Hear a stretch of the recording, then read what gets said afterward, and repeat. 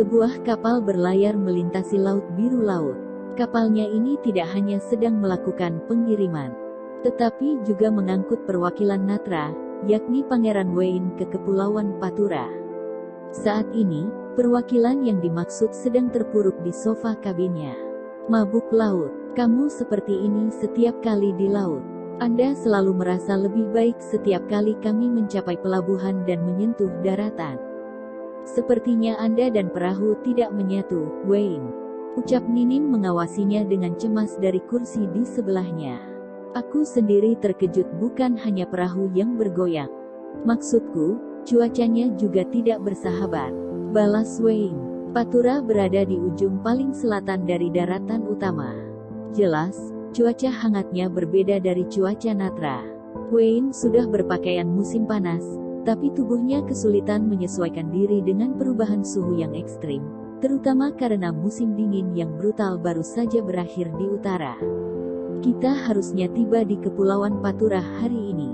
Cobalah untuk bertahan, Wayne, ucap Nining menyemangati. Iya, aku akan mencoba, jawab Wayne dengan pasrah. Nining tidak sepenuhnya jujur. Dia mengatakan itu hanya untuk menghiburnya. Setelah berangkat dari pelabuhan di Soljes, kapal telah melakukan perjalanan barat, berhenti di beberapa pelabuhan untuk persediaan, dan sekarang berada di jalur terakhir. Patura berada dalam jangkauannya. Baiklah, saya akan berada di luar dulu, Wayne, ucap Nining. Ya, kamu tahu di mana aku akan berada. Beritahu saya jika Anda melihat Patura, gumam Wayne. Pintunya hanya satu langkah dari dek kapal. Nining minum di udara asin dan sinar yang kuat. Dia mengikis rambutnya yang kusut dengan tangannya, menuju ke haluan kapal. Terdengar suara. Oh, ternyata kamu, Nining. Suara itu milik Tolcela. Dia pasti menatap keluar di atas lautan dengan pengawalnya. Goyangan perahu tidak membuatnya terganggu. Sang putri mendekati Nining dengan langkah-langkah yang terlatih dan percaya diri. Bagaimana keadaan Pangeran Wayne? Tanya Tolcela. Cukup baik, tapi dia perlu istirahat, jawab Nining. Kebohongan kecil. Nining harus melakukannya untuk menyelamatkan muka Pangeran Wayne. Kita akan segera tiba di Patura secepatnya. Sayangnya Pangeran Wayne tidak bisa menikmati pemandangan ini. Tolcela memandang ke laut dan menggelengkan kepalanya karena kecewa. Mendengar itu Nining menatap Tolcela.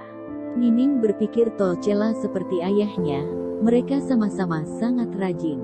Meskipun Tolcela adalah relawan untuk bertindak sebagai perantara, mahkota putri itu mendampingi mereka ke ujung benua. Hal ini telah memicu suasana hati Falanya yang buruk. Tetapi Nining tidak pernah menyangka seorang bangsawan akan bersikap begitu akomodatif. Tolcela sepertinya juga mirip Lowa. Lowelmina, teman baik Nining dan Putri Kekaisaran. Selama masa sekolah mereka, Lowa tidak pernah bisa diprediksi. Nining melihatnya sebagai kartu liar. Wayne lebih memilih melakukan kunjungan secara langsung daripada bernegosiasi melalui surat, karena mereka tidak dapat menyelesaikan apapun melalui surat. Tolcela yang bertindak sebagai penghubung mereka hanya akan membuat kesepakatan menjadi lebih mudah.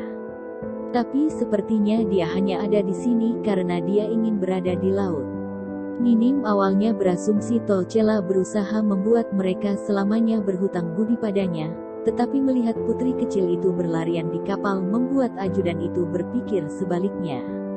Nah, jika dia tidak punya masalah berbicara dengan saya, dia sudah agak aneh.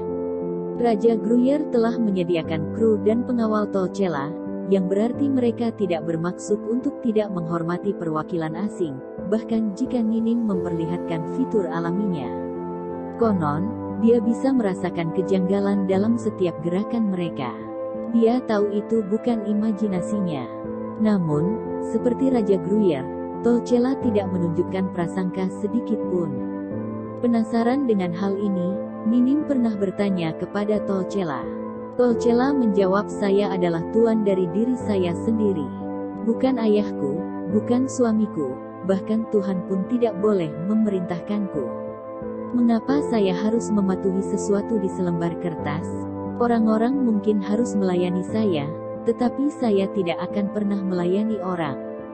Itu hampir narsistik, meski anehnya tidak dengan cara yang buruk. Jauh dari itu, nyatanya. Ninim memandang Tolcela apa adanya dan menyadari bahwa sang putri sangat menghargai dirinya. Sepertinya kita akhirnya sampai, kata Ninim. Tolcela menggelengkan kepalanya. Belum, ini hanya pintu masuk ke Kepulauan Patura. Pintu masuk, tanya Ninim. Benar, ada beberapa pulau besar dan kecil. Masing-masing diperintah oleh klan yang berbeda dan orang-orang yang berpengaruh, tetapi benteng Zarif adalah pulau di tengahnya. Tepat di luar pulau yang kita lihat. Saya mengerti. Oleh karena itu mereka menyebutnya sebagai pintu masuk. Kita akan segera ke sana, tanya Wayne. Tolcela langsung melihat seseorang di belakang Ninim. Berbalik untuk mengikuti tatapannya, Ninim melihat Wayne telah meninggalkan kabinnya. Yang mulia. Ninim bergegas ke Wayne. Kulitnya kusam, dan dia terhuyung-huyung ke depan. Apakah tidak apa-apa bagimu untuk bangun? Tanya Ninim. Aku sudah merasa sedikit lebih baik, Wayne meyakinkannya. Ngomong-ngomong, kudengar kita bisa melihat pulau itu? Iya, tapi hanya satu yang bertindak sebagai pintu menuju Patura. Tujuan kita jauh di depan, jawab Ninim. Oh, Wayne membungkuk di dek kapal, tampak kecewa. Hihi. Untuk berpikir semangat Pangeran Wayne telah dihancurkan oleh perahu sederhana. Wayne mencoba menegakkan postur tubuhnya saat Tolcela mendekat, tetapi dia terlalu lambat. Maafkan penampilan saya yang tidak sedap dipandang ini, Putri Tolcela. Jangan pikirkan itu. Penuaan dan penyakit adalah bagian alami dari kehidupan. Nyatanya, saya senang melihat sisi Anda yang ini, Pangeran. Balas Tolcela. Tawa kecilnya membuat Wayne tersenyum tegang. Sepertinya kau tetap ceria seperti biasanya, Putri. Bahkan tanpa mabuk laut, kupikir semua orang akan merasa perjalanan panjang ini melelahkan. Saya terbiasa berlayar. Ini adalah kunjungan saya yang kedua ke Patura. Lagi pula, sulit untuk pergi ke negeri sejauh ini dalam sekejap. Jawab Tolcela. Perahu itu berlayar menuju pulau. Itu berlanjut ke depan, menelusuri garis besar pulau itu ke dalam samudra bagian dalam Patura. Ada yang aneh, gumam Tolcela pelan. Ada apa? Wayne bertanya. Saya tidak melihat tanda-tanda kapal lain. Terakhir kali, saya melihat banyak kapal di sekitar sini. Sekarang setelah kamu menyebutkannya, tampaknya aneh bahwa tidak banyak kapal di dekat pos perdagangan pulau. Wayne melihat keluar. Seolah-olah mereka telah didengar. Sebuah kapal terlihat di sisi barat pulau. Itu adalah karung seperti milik mereka. Kapal itu mengibarkan beberapa bendera berlambang di tiang-tiangnya. Para kru mulai bergerak. Hei, bendera itu memerintahkan kita untuk berhenti. Kapal itu milik siapa? Zarif. Aku belum pernah melihat lambang itu sebelumnya. Pasang bendera sinyal kami. Kami akan memberi tahu mereka bahwa kami membawa delegasi. Perintah Tolcela. Para kru langsung beraksi. Salah satu dari mereka berbalik dan berbicara dengan Tolcela. Maafkan saya, Nyonya Tolcela. Sesuatu tentang kapal mereka tampak aneh. Mereka mungkin bajak laut. Bajak laut? Bukankah Zarif mengendalikan perairan ini?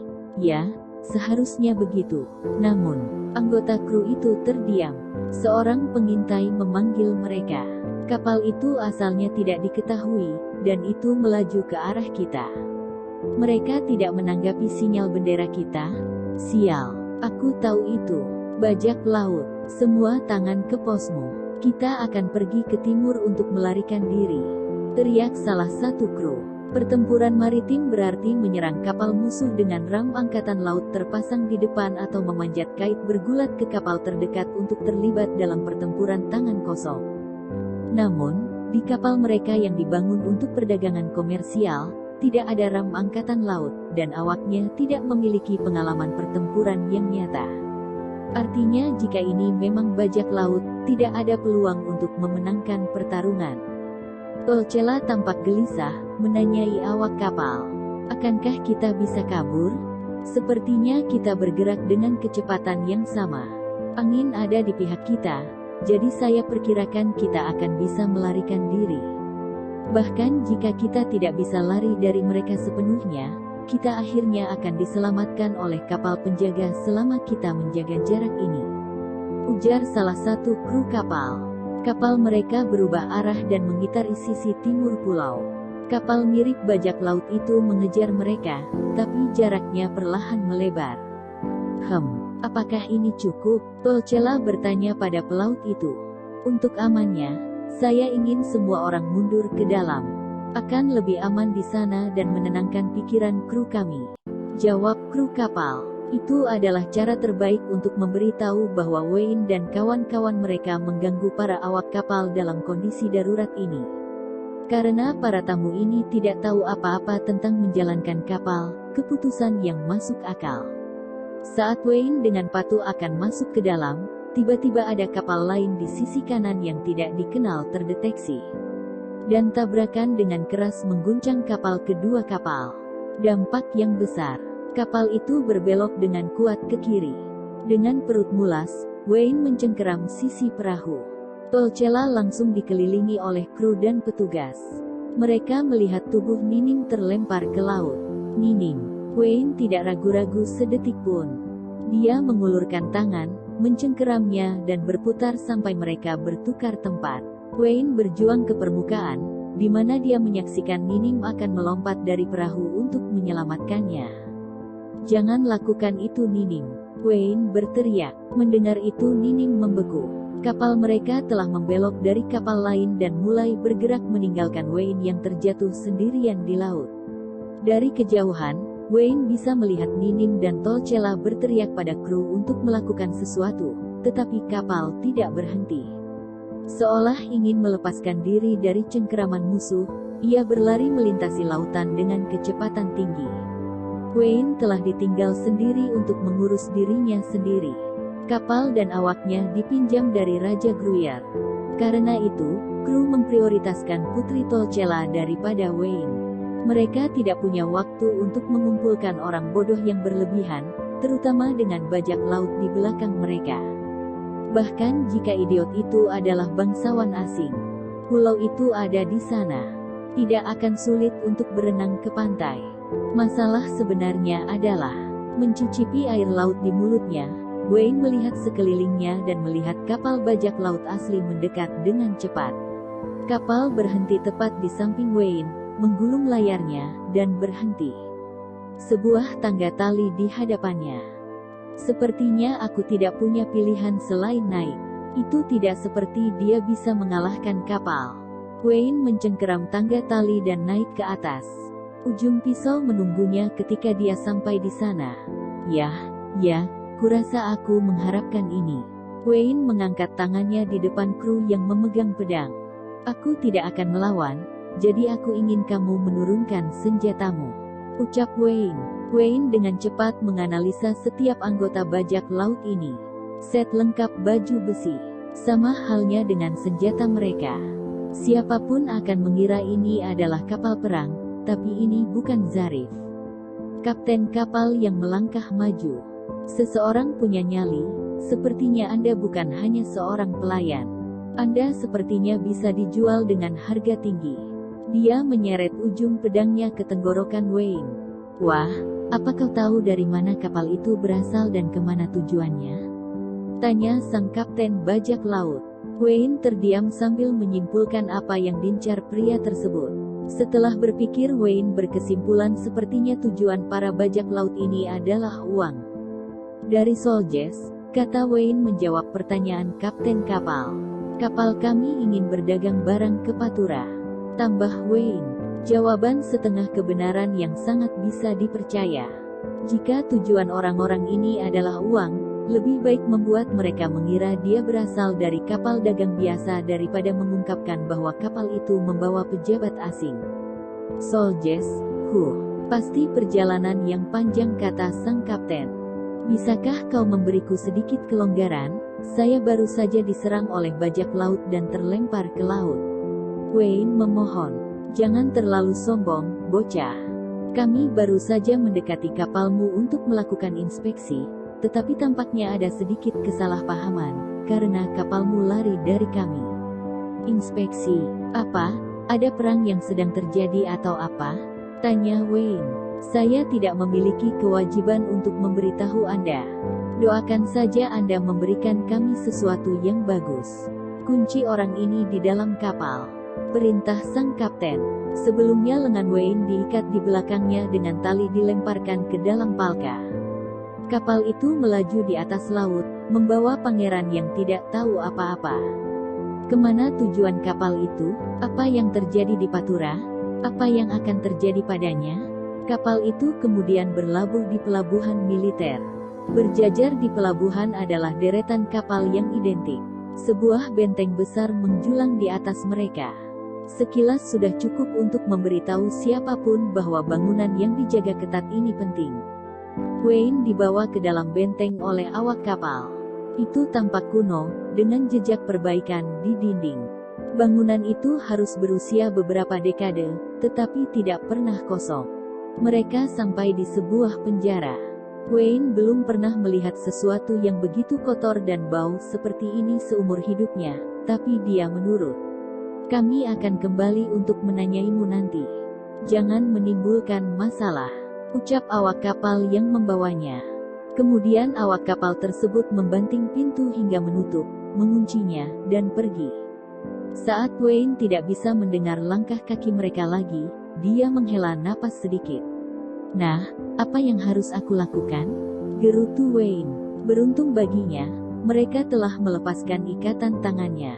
Wayne melihat ke sekeliling sel, mencari sesuatu yang berguna di dalamnya. Benar saja, dia tidak menemukan apapun. Yah, itu adalah sel penjara. Bukan pasar yang menjual sesuatu. Wayne mengulurkan tangan untuk menyentuh jeruji yang menutupi jendelanya. Sepertinya dia tidak bisa menghapusnya sendiri. Di balik jendela, lautan dan langit seolah terbentang selamanya.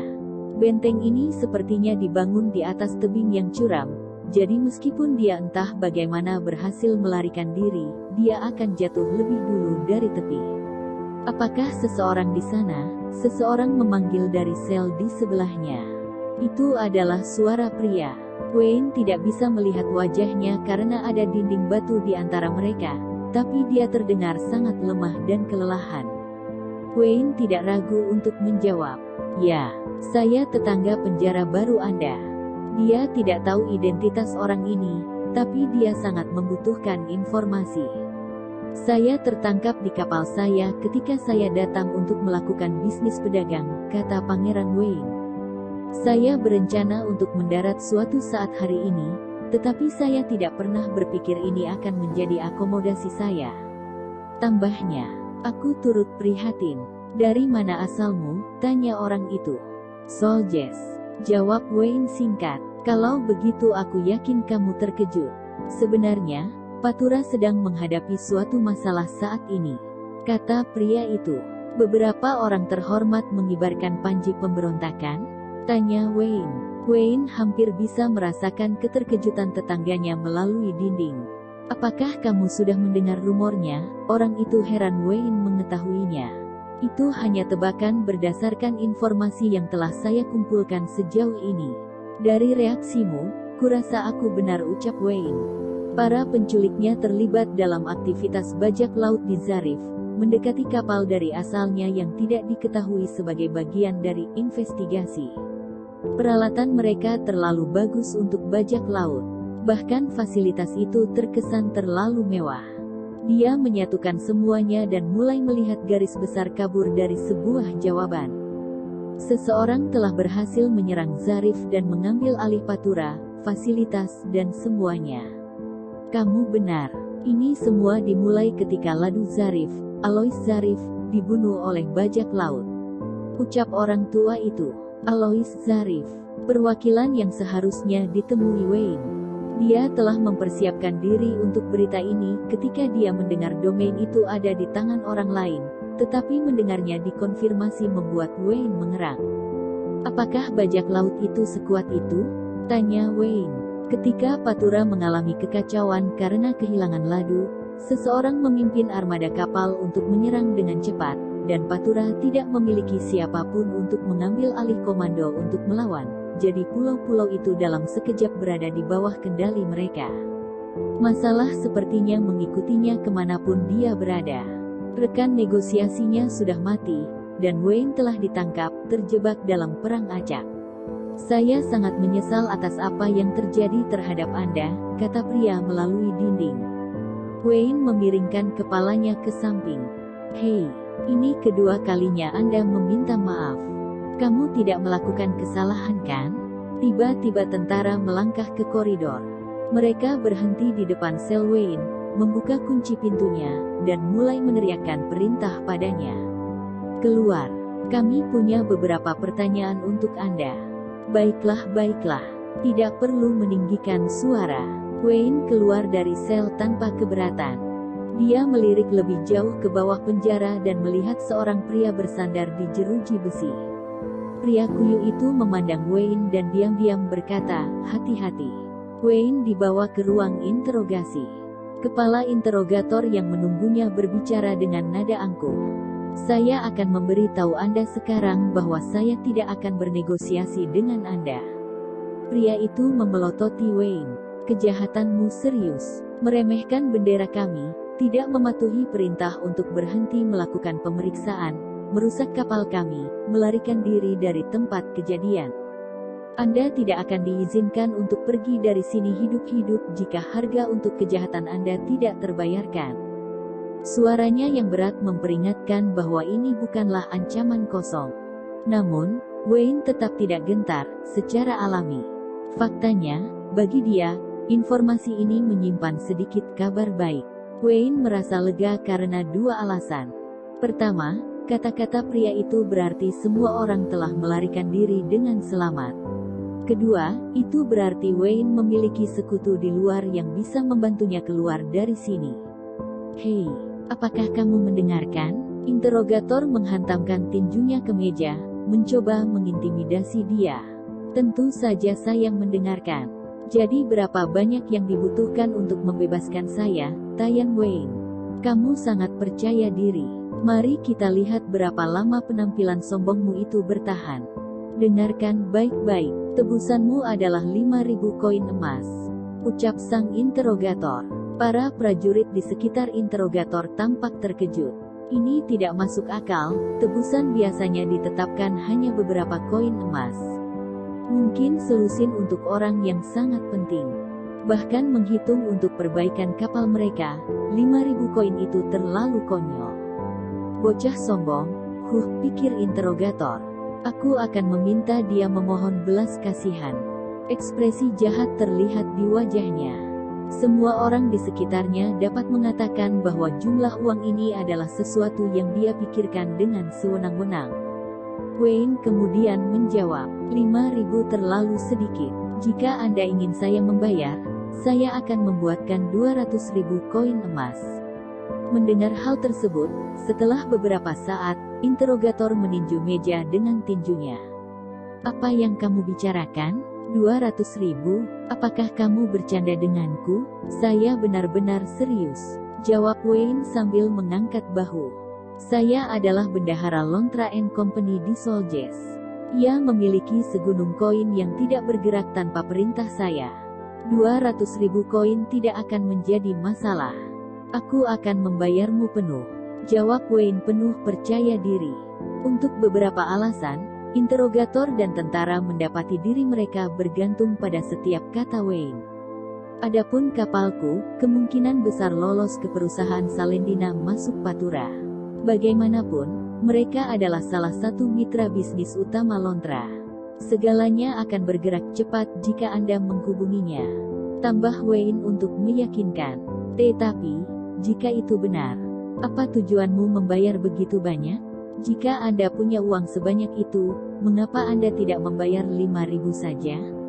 Apa gunanya mempersulit diri sendiri? Tanya interrogator penuh kebingungan dengan jawaban Wayne. Saya memang suka uang, tapi saya lebih mencintai hidup saya. Jika orang-orang saya meninggalkan saya, itu berarti hidup saya tidak terlalu berharga bagi mereka. Tapi aku masih hidup. Mereka salah menilai saya. Anda tahu, Pedagang selalu membuat orang yang pantas menderita kerugian yang pantas. Anggap saja sebagai bentuk balas dendam. Tidak ada otoritas atau penghambaan dalam suaranya. Semua orang merasa dia hanya mengatakan yang sebenarnya. Wayne menanyai mereka sambil tersenyum. Jadi apa yang akan kamu lakukan? 200.000 koin emas cukup untuk mengubah kehidupan semua orang di sini. Tentu saja, jika Anda ingin mempertahankan gaya hidup sederhana Anda bebas meminta 5.000. Tidak ada salahnya, meskipun saya tidak bisa membayangkan mengapa Anda menolak lamaran saya. Semua yang hadir tahu tidak ada kerugian dalam kesepakatan ini. Itu hanya masalah menaikkan uang tebusan dari 5.000 menjadi 200.000. Mereka akan menghasilkan 195.000 koin tambahan. Tapi mereka masih berkonflik. Itu terlalu mendadak, terlalu konyol, terlalu menggoda. Jika Anda akan bimbang tentang kesepakatan yang sederhana ini, saya tidak punya pilihan selain menurunkan uang tebusan. Jika Anda masih tidak yakin, saya akan menurunkannya sampai Anda menerimanya. Ucap Wayne menyudutkan mental mereka. 190.000. Ucap Wayne lagi. Apa? Tunggu. Jawab interrogator dan tentara mendapati diri mereka bergantung pada setiap kata Wayne. Wayne telah mendapatkan kendali penuh atas situasi ini, tetapi dialah satu-satunya yang menyadari hal ini. Waktu adalah uang. Jika Anda menyia-nyiakan waktu untuk memutuskan, Anda kehilangan emas yang berharga.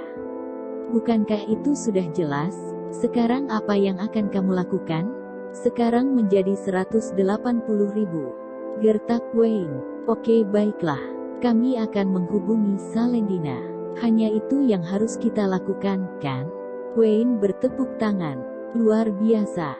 Baiklah kalau begitu bawalah tempat tidur ke selku. Meja dan kursi juga. Dan jangan lupa sebuah anggur berkualitas. Jangan konyol. Jangan berpikir seolah-olah kita akan setuju dengan permintaan konyolmu itu. Jawab interrogator.